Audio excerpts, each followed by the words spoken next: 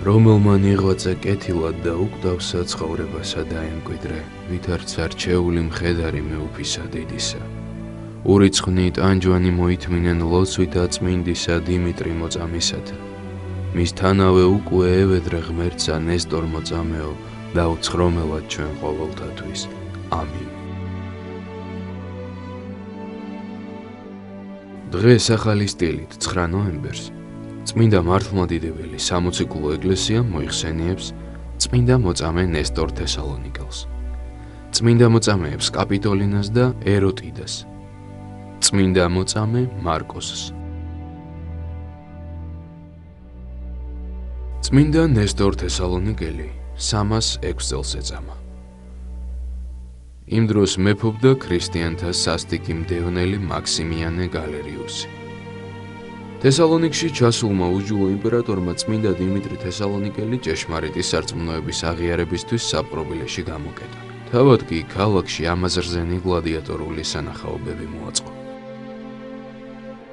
იგი ტკბებოდა იმის შემყურე თუ როგორ ამარცხებდა ორთაბრძოლებში ქრისტიანებს მისი საყვარელი ძალოსანი გერმანელი ლიუსი და ფიცარნაგიან მეომართა מחვილებზე აგებდა.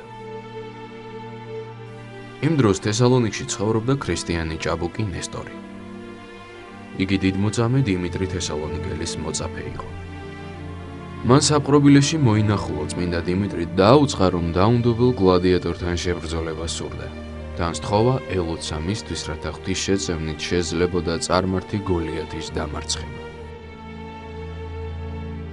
წმინდა დიმიტრიმ მას ჯვარი გადასახა და უთხრა, რომ ლიუსს დაამარცხებდა, მაგრამ თავადაც ეწამებოდა ქრისტესთვის. სიხარულით აღივსო ჭაბუკი და პირდაპირ მოედანს მიაშურა. მან იქ შეკრებილი ხალხის წინაშე უშიშრად განაცხადა, რომ ლიუსთან შერკინება სურდა. მეფემ ახალგაზრდა და წარმოსადეგ ჭაბუკს ურჩია არ შებრძოლებოდა გლადიატორს, რადგანაც მისი მძლეველი ჯერ არავინ გამოჩენილა და ნესტორიც განწირული იყო დასამარცხებლად. მართალია მე ახალგაზრდა და სუსტი ვარ, მაგრამ დიდი და ძლიერია ჩემი უფლის იესო ქრისტეს ძალა, ვისი შემწეობითაც ვაპირებ ბრძოლას. მტკიცედ განაცხადა უფლის რჩეულმა. მან წმინდა დიმიტრი თესალონიკელის კურთხევითა და ლოცვით დაამარცხა მეტოქე. ნესტორმა ისევე გადააგდო გლადიატორი ფიცარნაგიდან, როგორც თავად აგდებდა ქრისტიანებს და მეომართა מחვილებზე ჩამოაცვა. ამის მხილველმა ხალხმა ერთხმა დადიდა უფალი. გაბოროტებულმა მაქსიმიანემ ბრძანა დაუყოვნებლივ სიკვდილით დაესაჯათ ჭაბუკი.